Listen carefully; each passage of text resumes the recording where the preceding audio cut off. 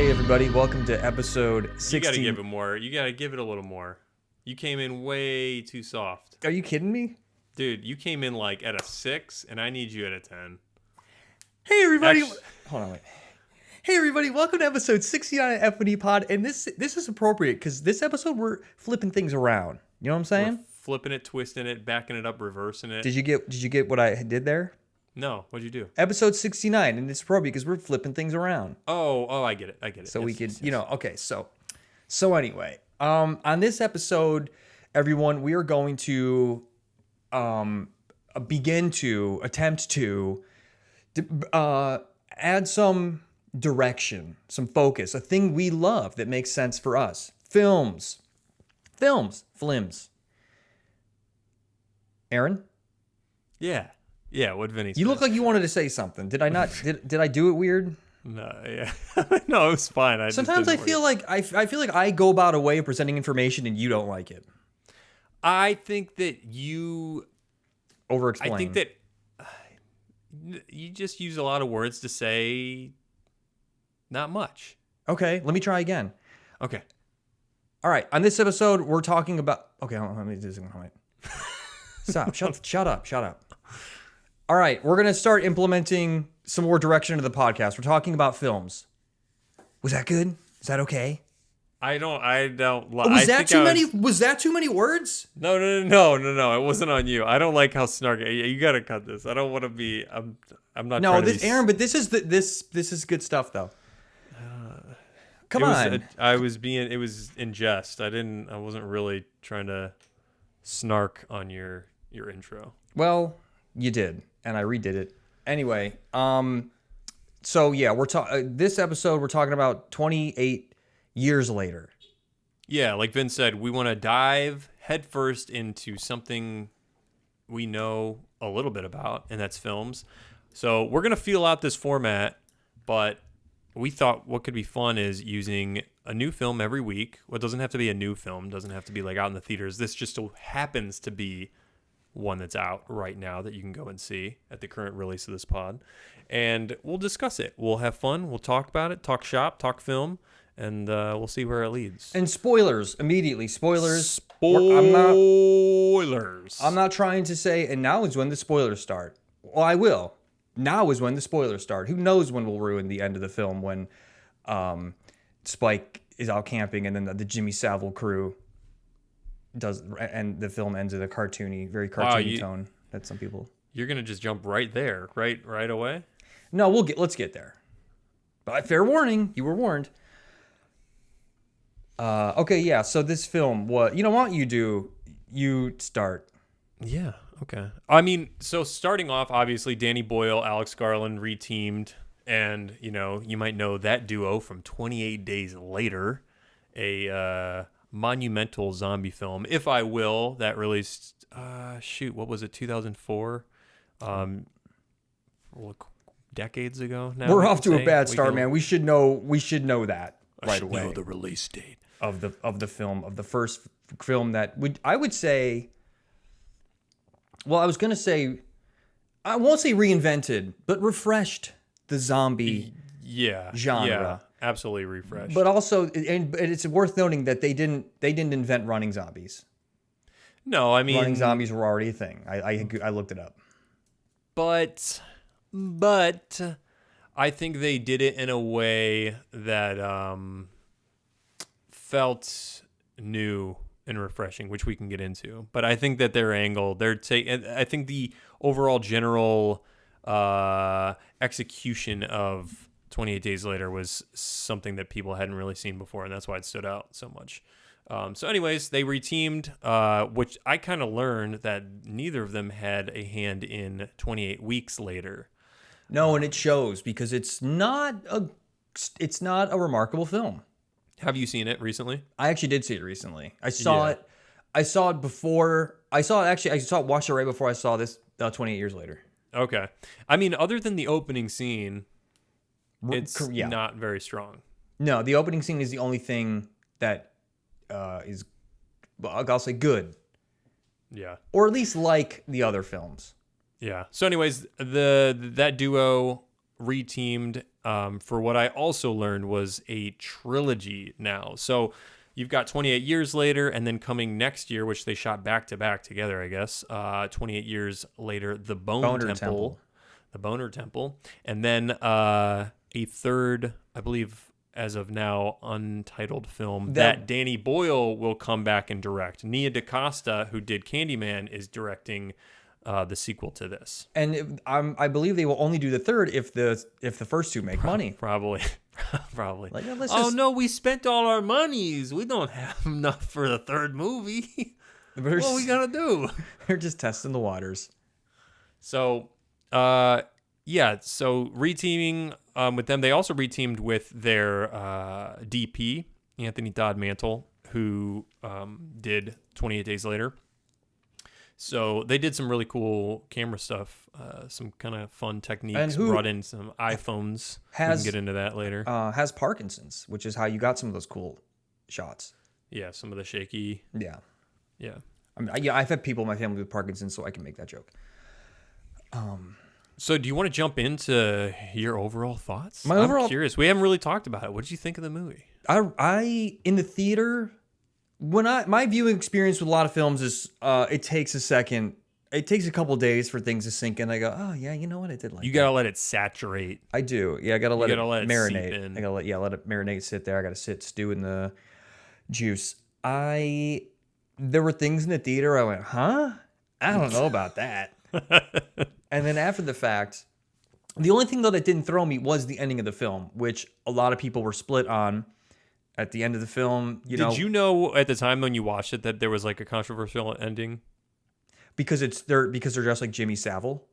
Well, yeah, I mean that, but did you know as you were watching it, like, oh, I know people are split about the ending. I wonder what it's going to be. I had no idea. Me neither. I had no idea. I had no idea. And when it happened, I was like, what the fuck? And I liked it. I loved it, actually. I thought, well, this is what I wanted the whole time.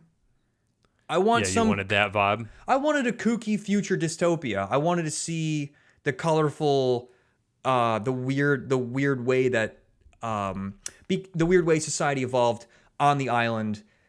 And so when that gang came out and it was a complete flip, I feel like normally I'd go, what the fuck is this? But I was like, yeah, more of that, please. Now I got to wait for that. I got to wait for more of that. Mm-hmm. Mm-hmm.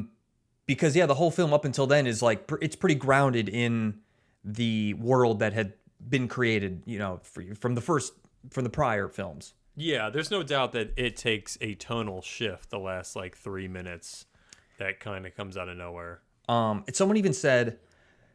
Someone pointed out what didn't make sense was how in the first film, there's that scene where what's his name is looking up and a drop of blood gets in his eye and it turns him. Mm-hmm. Mm-hmm. And how messy the kills are at the end. Mm-hmm. There's blood going everywhere. Mm-hmm. And they're supposed to it seemed they weren't playing by the rules a little bit. Yeah, I mean that makes. Yeah, I think that will kind of get into some of my gripes with it. But that's interesting. I didn't even really think about it until you really just brought it up now. But yeah, there are several elements that are just like, man, there's a lot of blood spray. There's a lot of interacting with. I mean, even the birth scene. There's a lot of fluids going on, But Aaron, the magic of the placenta.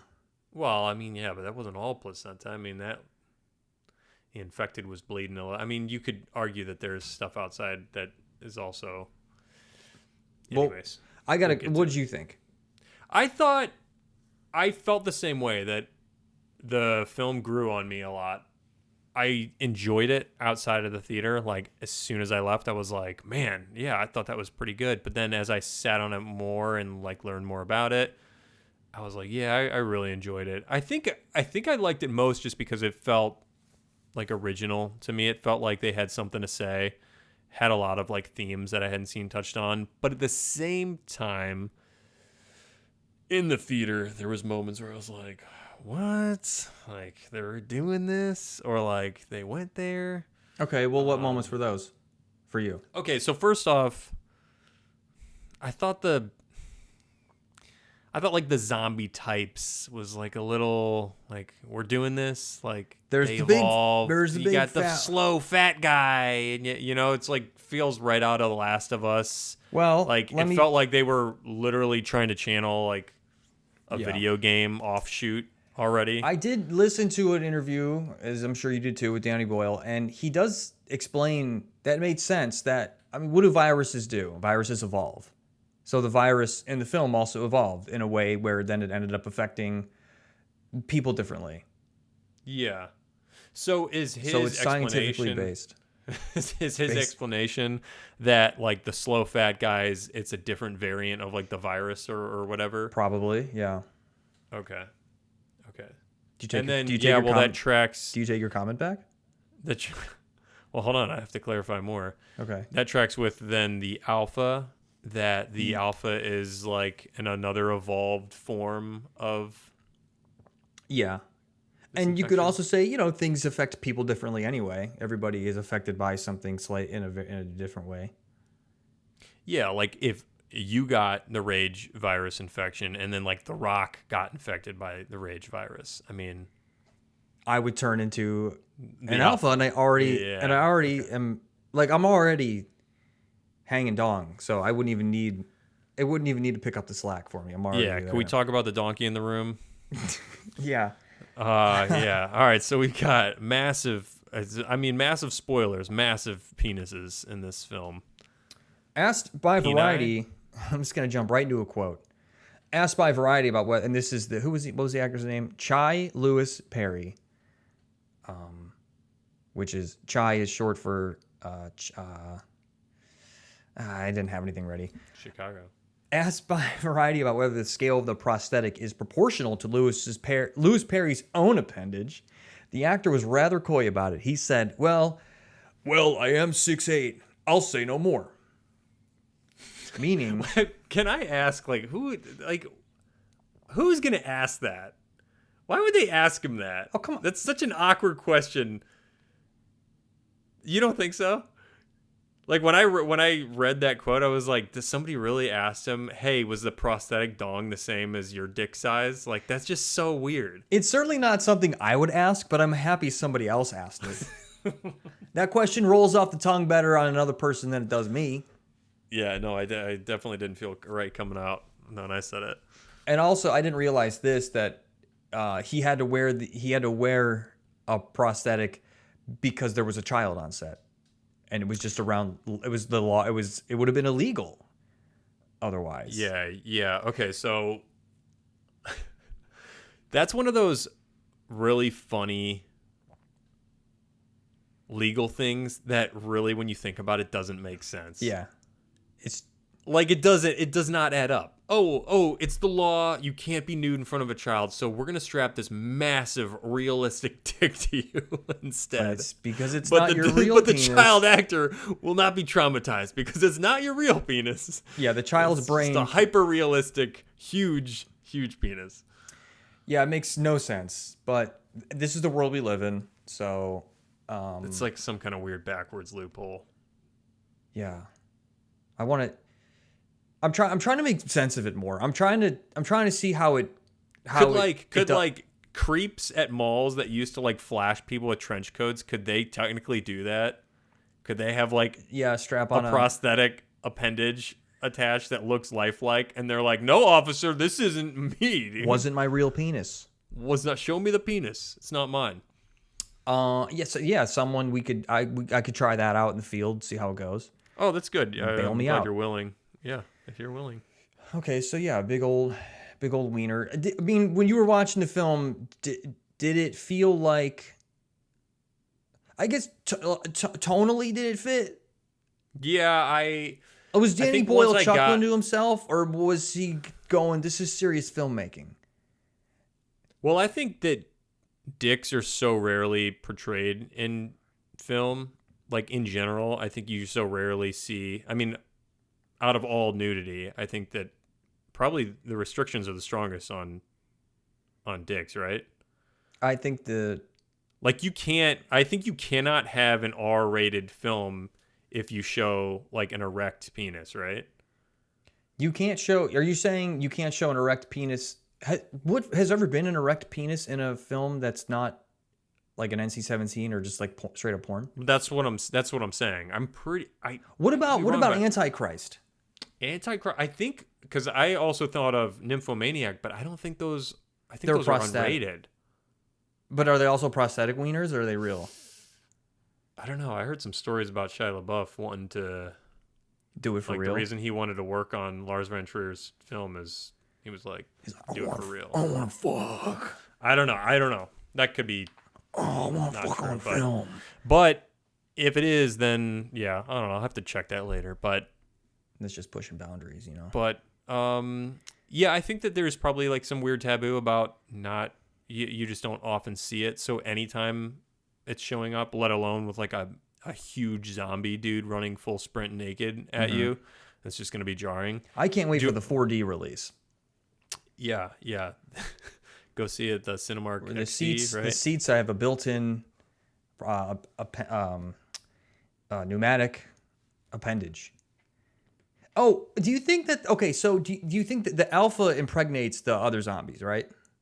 Well, it seemed like that when they shot and killed the pregnant zombie. Right, and then let's say it has the baby. Well, it does, but let's say there aren't humans there to take it. Does it eat its own baby? Because it goes back into the pangs of birth somehow snap the woman out of like kind of make her lucid for a moment, but then the rage kicked back in. If that baby was sitting there, would it just gotten smashed to death? Yeah, that's a great question. I wonder if they'll show that at all in the next one. Because I was listening to another. But they had really quick. They had the alpha come and like acknowledge and like pick up the woman, right? That seemed to me like they did that as like there's a distinction where like the alpha is like processing, unlike it knows the normal rage zombies. They probably would have bit it or given it, administered some blood to it, and turned it rage. How would a rage baby work?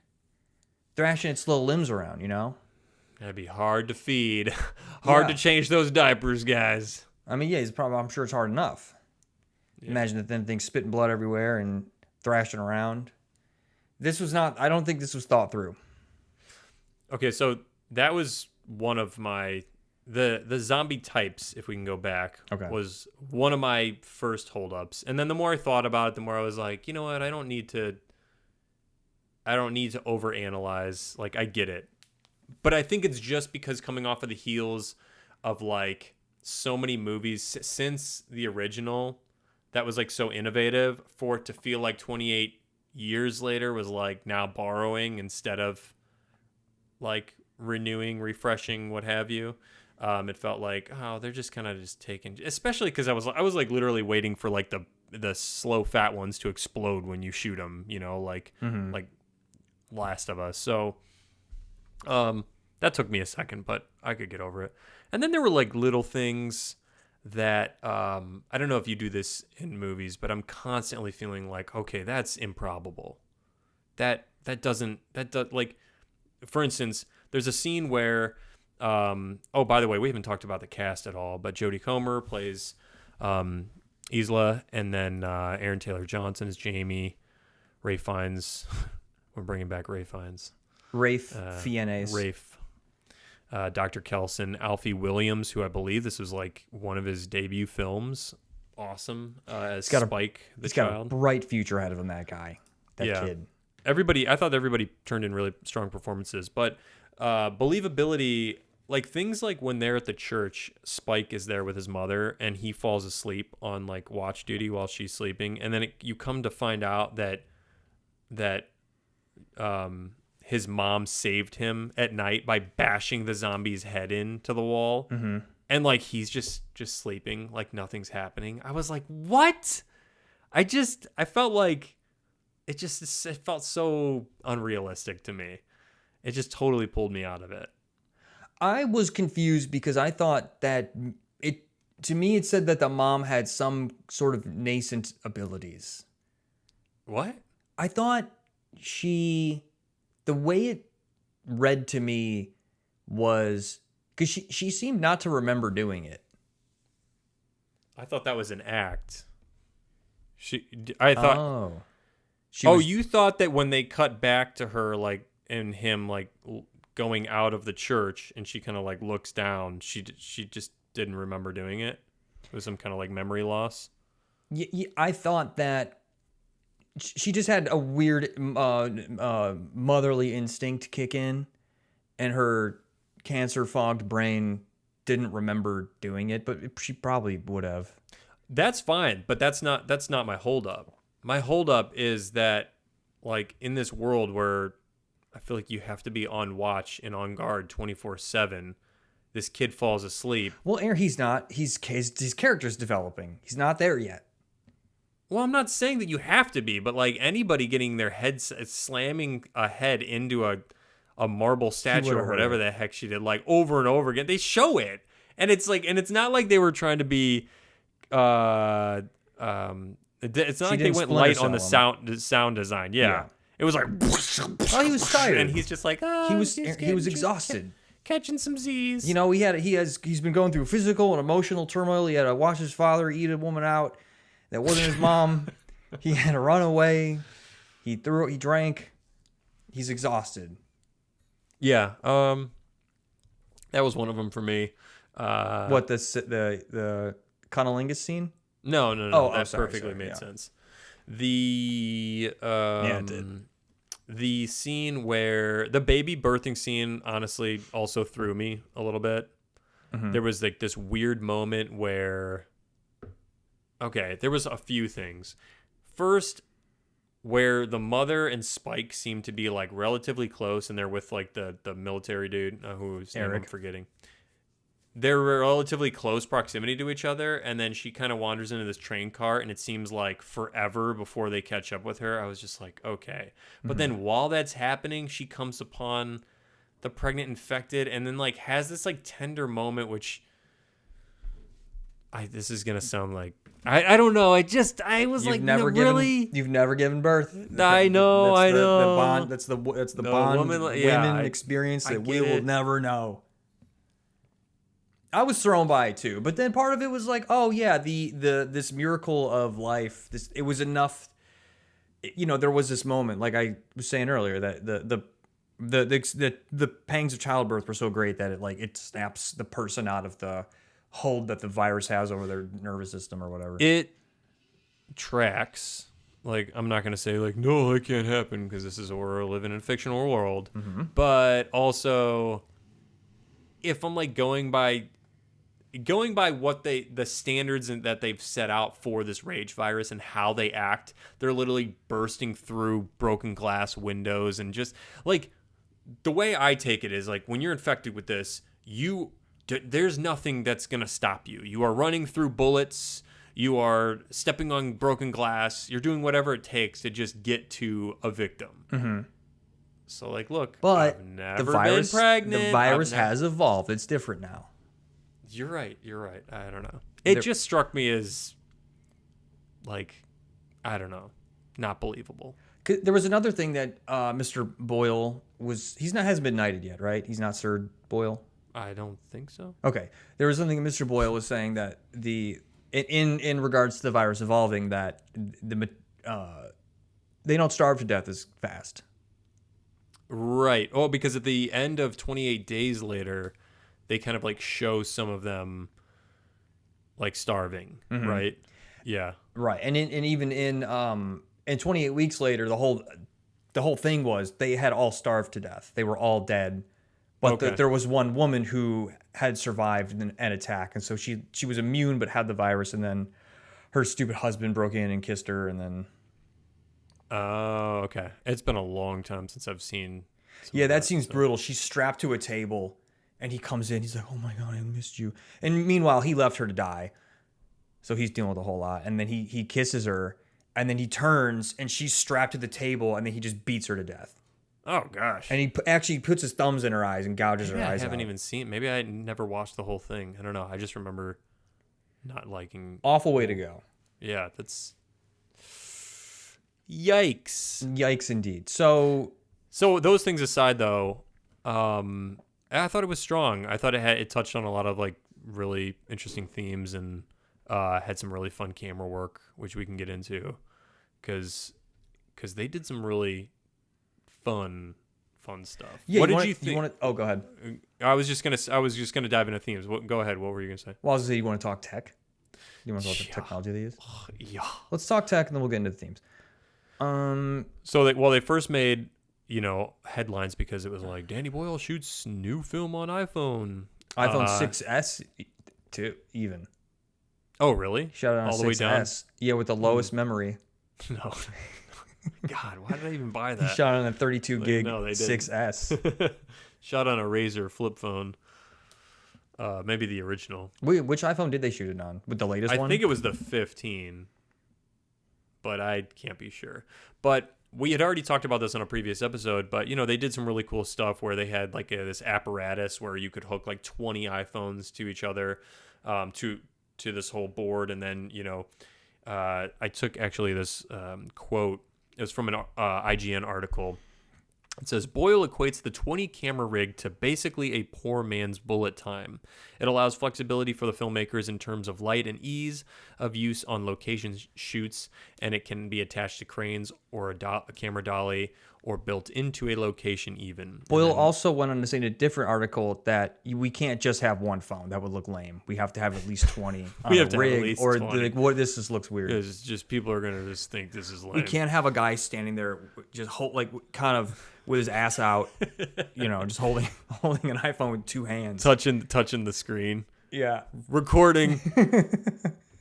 Nah, dude, you got to hook up to an elaborate rig. We needed everyone. He did go on to say, wherever it gives you 180 degrees of vision of an action, and in the editing, you can select any choice from it, either a conventional one-camera perspective or make your way instantly around reality, time slicing the subject, jump forward or backward for emphasis, he says. As it's a horror movie, we use it for the violent scenes to emphasize their impact, which one of my favorite things was the kind of bullet time effect when they would... The arrow goes through right the behind, head. Yeah, the arrows through the head. That was to me, that was purely college kid. How do I want to describe it? It's just, this looks fucking cool. Well, not only it looked cool, but I thought that it just stood out because it was different. It like gave a more, like there was like a different visceral feeling for it, I think, when I saw it in action. It was also very video game to me. It reminded me of, and I can't name a specific game, but just in games with, maybe even Arkham Asylum, the combat style when you get close, or even like Manhunt, when you can make a cool combo connection, an animation, the game seamlessly transitions to like an animation to just make it feel more immersive and cinematic and tight and fucking tight and shit. It would be kind of refreshing if directors just came out and just said, "Is like, why? What was your choice behind that?" Look fucking tight. It's fucking sweet, dude. Why are you asking me such stupid fucking questions? Are you an idiot? It looked fucking tight. Like, what? Did you see the fucking movie? It's sweet. What do you want me to say? That the way with the angle, the transition to the angles, the characters interstate? No, it's just looks fucking dope. Yeah, loved it. So I think they use other cameras on the film, but I didn't ever read up on what they were.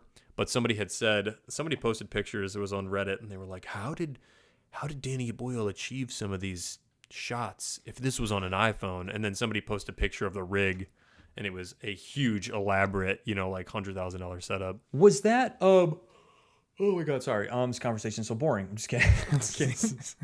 I'm joking.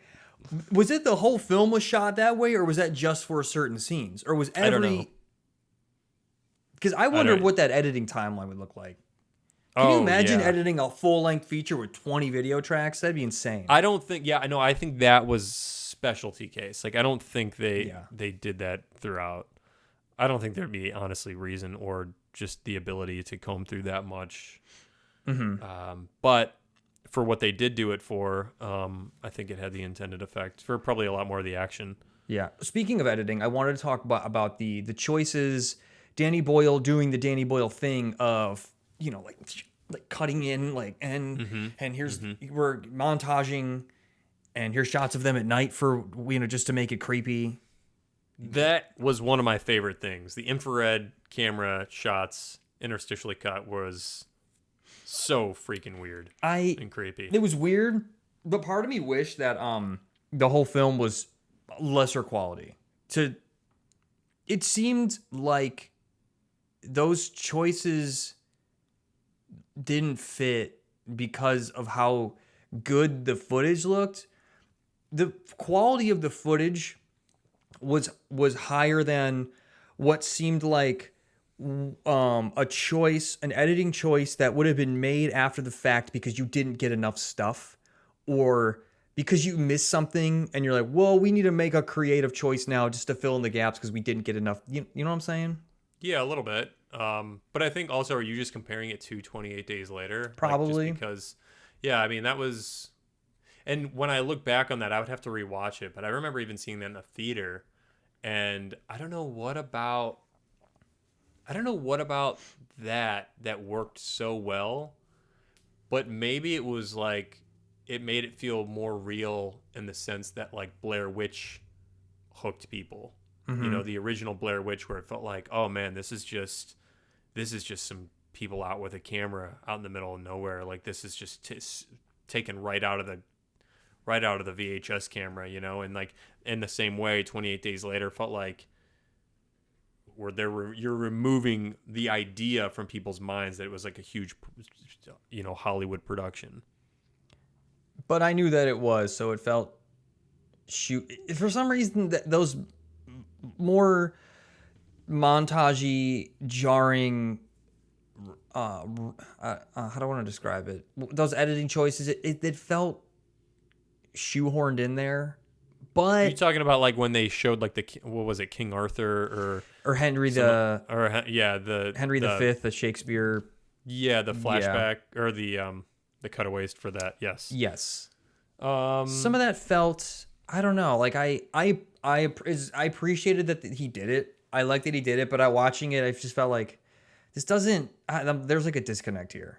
Yeah, it's not like as cohesive as you would have wanted. Yes. Yeah. What did you think about, because the song that they released for the trailer, which is now I'm spacing on the name, but it's like a poem. The Rudyard Kipling. Am I saying his fucking name right? What did you think about that being implemented in the film itself? I thought it was cool. I liked it. Yeah, I thought it worked. Yeah, it fit with I guess if there was one thing that did the rug that tied the room together, it was that having that poem under there. I actually thought the music in general was pretty strong from the composer Young Fathers. I thought they like had some really interesting sounds. And you know what's funny is us comparing things to video games, and that they also did the track for Assassin's Creed. Oh, did they? I think maybe they just did. Oh wait, no, hold on. Oh wait. Oh, I'm a dummy. Well, no. Okay, I'm thinking they made music for the game, but there was the Assassin's Creed film. Yeah, they did it for the film. Did I know there was an Assassin's Creed film? I completely Michael Fassbender? I don't even remember that. Yeah. Well, anyway. Okay, yeah, so there's that. Yeah, I thought the music was really strong. Performances were strong. And yeah, so to jump into the themes, I mean, because this is where, you know, Ray Fiennes, who we haven't talked about a lot. What did you think about? Oh, that's another. If we can kind of like jump to one of my other gripes soon. I loved Ray Fiennes' character. Gripe away, man. Okay. One of the more unbelievable aspects to me, and again, like I thought he was strong. His performance was Where really is he strong. getting the iodine from? I mean, yeah, he's covered in iodine. Wait. Covers himself in this every day. Where is he getting it? Where is it? No, it was just that he was the most sensitive, rational, like down-to-earth character in the film. And you're to understand that he's been doing this for almost 3 decades, just burning bodies and stacking skulls and bones with no interaction with other humans. And he just is like the most pleasant person in the film. But he was having interactions with humans. He was burning their corpses. Do you think he wasn't talking to them and they weren't talking back? Yeah, I guess that's where it fell off for me a little bit. He's also a doctor, so has a predisposition to death in a way other characters might not have. Well, didn't I remember when Castaway came out, and people would say, I don't know if this is true, I would have to look this up, but like the human mind, like you could lose it very quickly if you don't have some kind of social connection. Some kind of social companion. And so that's why it was essential for Tom Hanks's character to like have Wilson, to talk to, even though it was an inanimate object. It was like it became his companion. And I guess that was missing for me with this character. Well, I think he had, and I am being completely serious here. He had his art project. He also saw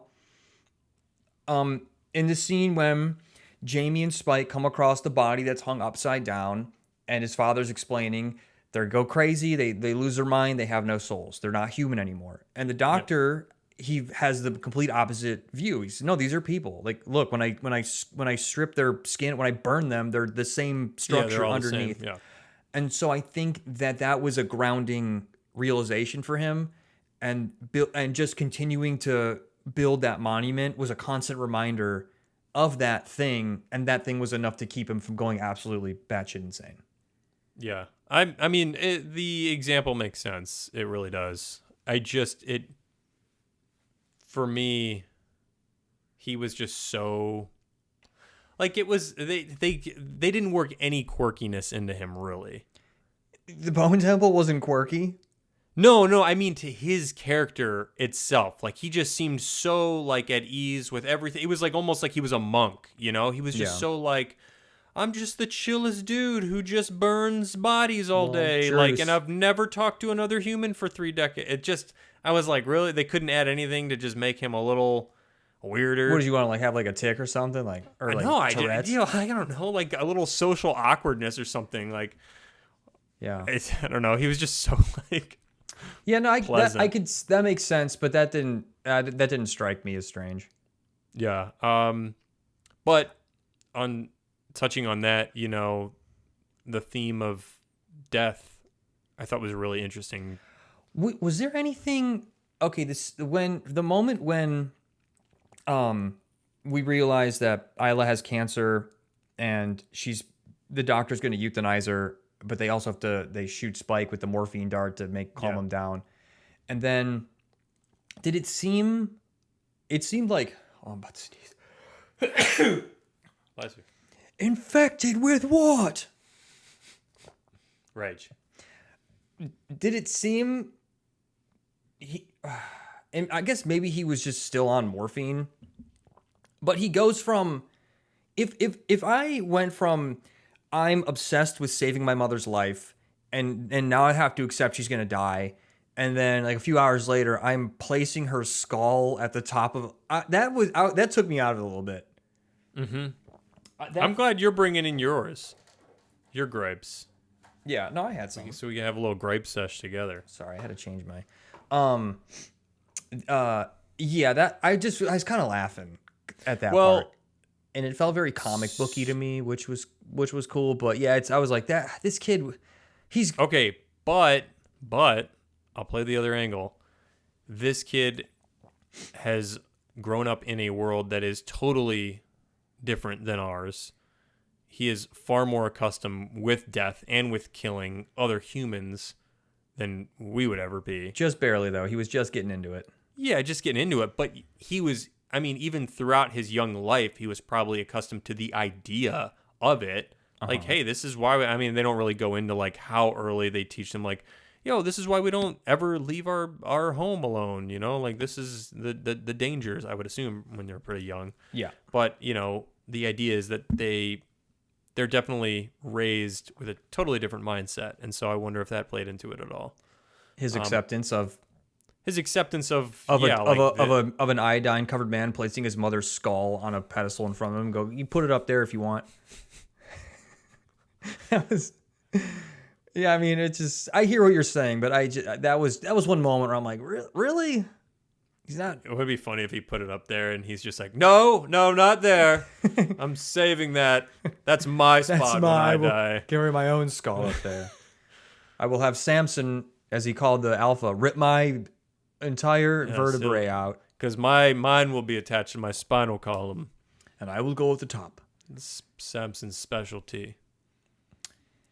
Okay, so Yeah, I agree. But also to me, in the moment, was kind of tender and like weirdly moving.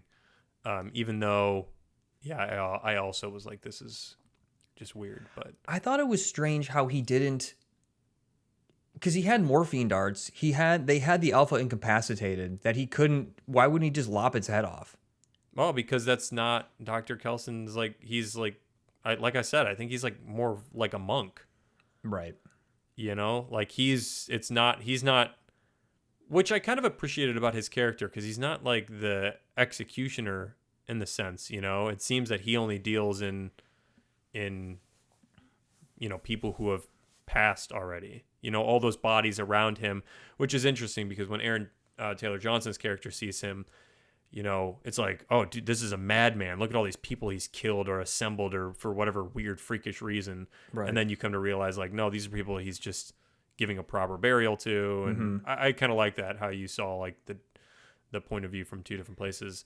But yeah, We're all going to die. All going to die. Did you walk out of the theater feeling like, I need to make the most of every moment? Or did you go look at your phone right away? Yeah, you Googled shy Louis Perry real dong. Yeah, I said I gotta get to the bottom of something. No, I think that when I talked to people about it, when I was telling people who were considering going to see it, I just said it's more heartfelt and poignant than like the first film, obviously 28 Days Later, in my mind.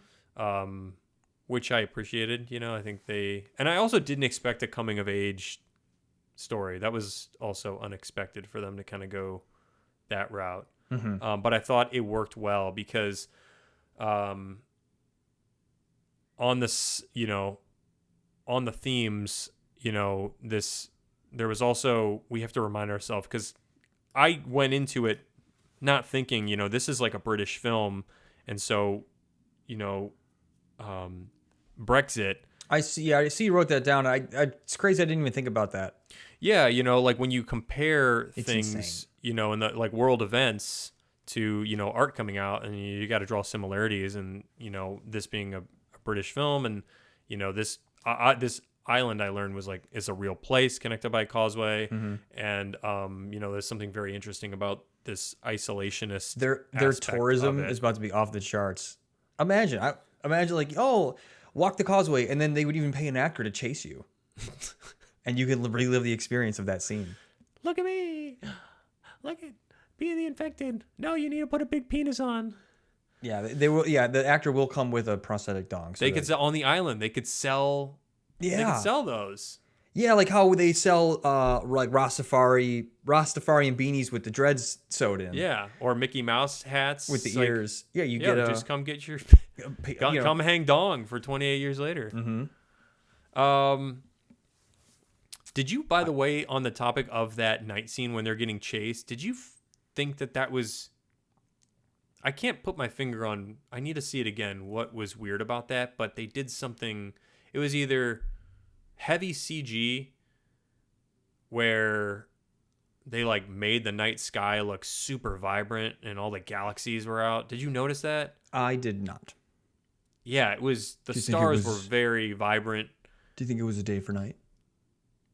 It could have been. I think that they did use day for night for some of that. For those of you who are unfamiliar with film terminology, day for night means they shot it during the day and made it look like nighttime. Yes. And a lot of films do it, and it's gotten so good that you probably wouldn't notice, but it takes a deft hand because, you can't just go out and shoot something in the bright sunlight and just do it. I mean, it takes some lighting techniques and some clever use of aperture, but man, when it works really well, because then you don't have to worry about lighting up a whole forest with some huge ass lights. And I liked yourself a lot. Yeah, and I liked the homage to Lion King when the stampede of deer came through, and then the house fell down. And Danny Boyle is a big fan of the Lion. Big Lion King fan. He's a I big. didn't He's even a. put the He's two a. and two together. Danny Boyle is a Disney adult, and he loves Lion King so much and Disney films so much that he snuck that homage in there. And then if you think about the father character dying in Spike's eyes as Mufasa died, it kind of all ties together. Mm-hmm.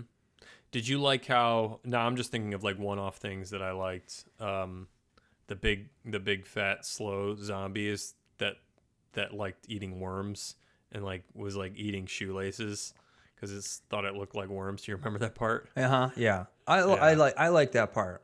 I thought this makes sense. It would think it's a worm. Absolutely. And it would go, and it kind of spit it. I was like, because I guess they're the opposite of the alphas. Are they like they're kind of dumb too? Mm-hmm. Yeah. Okay. That's your typical beta male. Yeah, betas crawling around in the ground looking for all muddy. Yeah, looking for worms. Yep. It almost looked like, and it kind of looked like they were wearing diapers too. Oh, really? Maybe, I don't know. I guess they were just naked. They looked like. Do you remember Nothing But Trouble with Chevy Chase and John Candy, and yes, and there's Bobo and Big Debble. Yes, They kind of remind me of that. They reminded me of those. Clear inspo. Clear. There's no way they didn't use that as inspo. Oh yeah. All right. What are final thoughts? I'm wondering. I'm just looking through our little list here of the. Did we miss anything? How long are you surviving? Oh, that's right. We haven't talked about. I mean, how long can I survive with the slow guys? Probably pretty long. How long can I survive with the Ragers? What they were names, right? Other than the Alpha, there was names for the slow guys too, but I'm forgetting now. I don't know. Yeah, the thing about it is they seem to have really good hearing. Was that your takeaway? Is that you have to be careful because they're either their eyesight or their hearing was really good. There's one scene where they're like cresting that hill, and the Alpha's standing there, and they're like really still, right? And then they just start charging. Like, did they just sense them? Well, I think the Alpha saw them, right? Yeah, okay. But I mean, they were at a distance, and I'm just thinking, okay, they must have good eyesight then. I think the virus gives you 20/20. Oh, okay. So you don't even need any zombie glasses. No, none of the zombies wore glasses. They all had perfect vision. Well, they could have had contacts, though. They could, yeah, sure. They could have had contacts in still from when they were first infected. And that's why they were so upset. Like, get these. Oh, because they can't get the fucking contacts out of their eyes. Yeah. And everyone in Britain has bad eyesight, so literally everyone on the whole island has contacts. And that's why. Okay.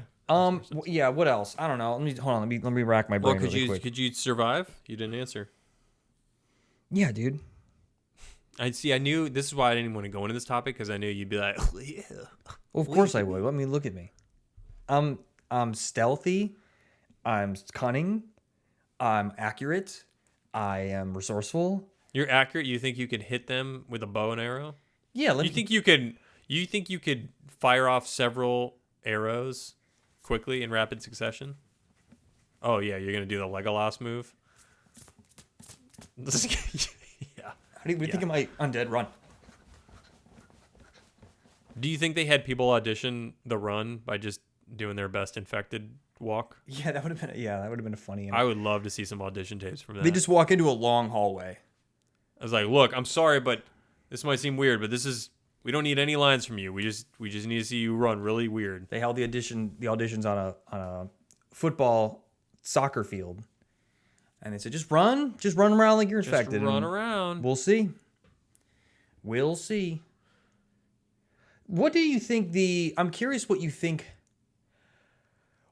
being non-Brits, the significance of the final gang being Jimmy Savile, essentially. I didn't know who that dude was until I read up on it. He's one of the worst human beings to ever walk the earth. Yeah, so super awful guy. And there was a quote by somebody, maybe it was Nia DaCosta, who's doing the second one, that says the first movie is about like family. The second movie is about evil. Yeah. and then the third movie is about like Redemption. redemption. So I think that that Spike and that character will definitely, hopefully, square off. Be interesting to see where they take it. But I also really liked how they all had the different color tracksuits, like the Teletubbies. Like there's this weird thing, and maybe they imbued that character with that that show because it's like the epitome of like childhood innocence, like kind of like weird.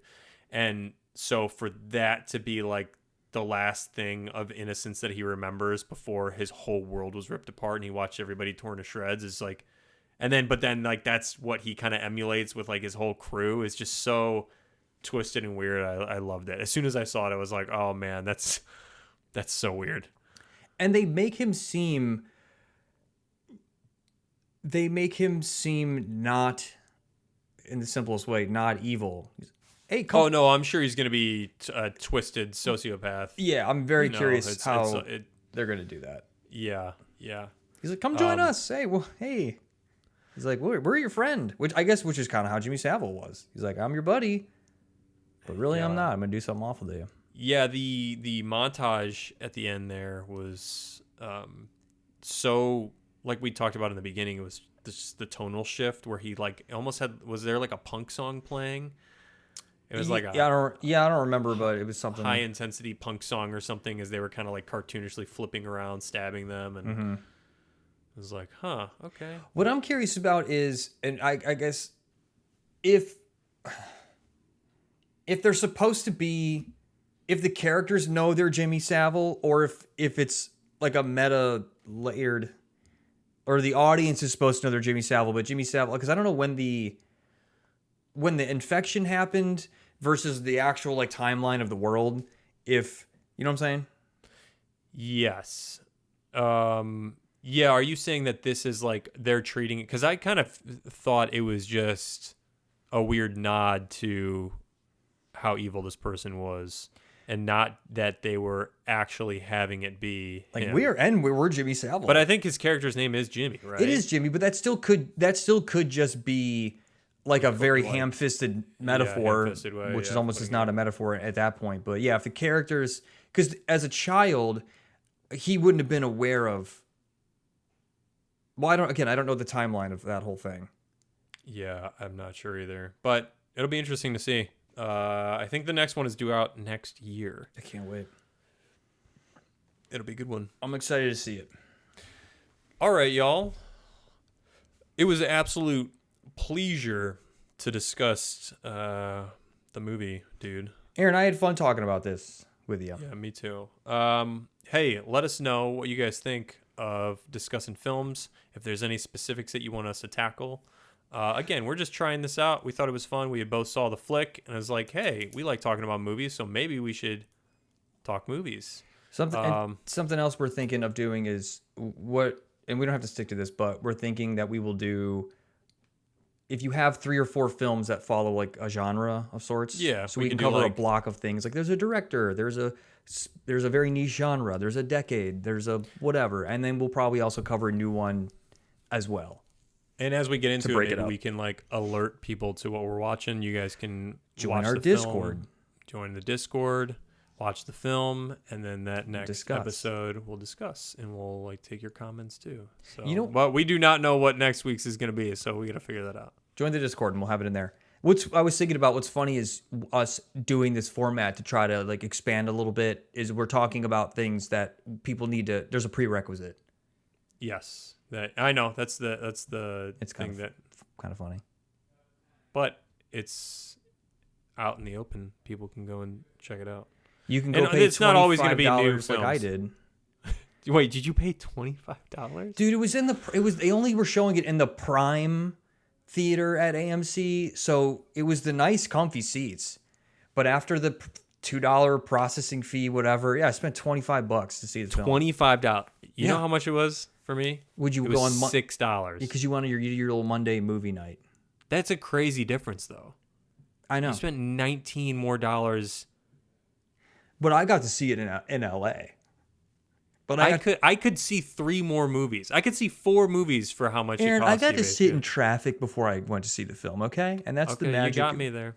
You got me. So, All right, fair enough. maybe I should get the AMC Movie Pass. Maybe. Tax write-off. Maybe they'll bring back Movie Pass. Actually, I think it's back, but I don't have any interest. Yeah, maybe I'll join. I'll be an AMC A-lister. Okay, sweet. Do it. Donate to the pod. Hey, donate. Become a member of our YouTube channel, which we might do memberships. Yeah, we might do that. What do you think about that? Comment below. All right. Hey, subscribe, pass this along, like, share, favorite. Old YouTube days, star it. Remember, it was out of 5 stars. You can star videos. Yeah, do that. Find a way to retroactively go back and star this. Cool.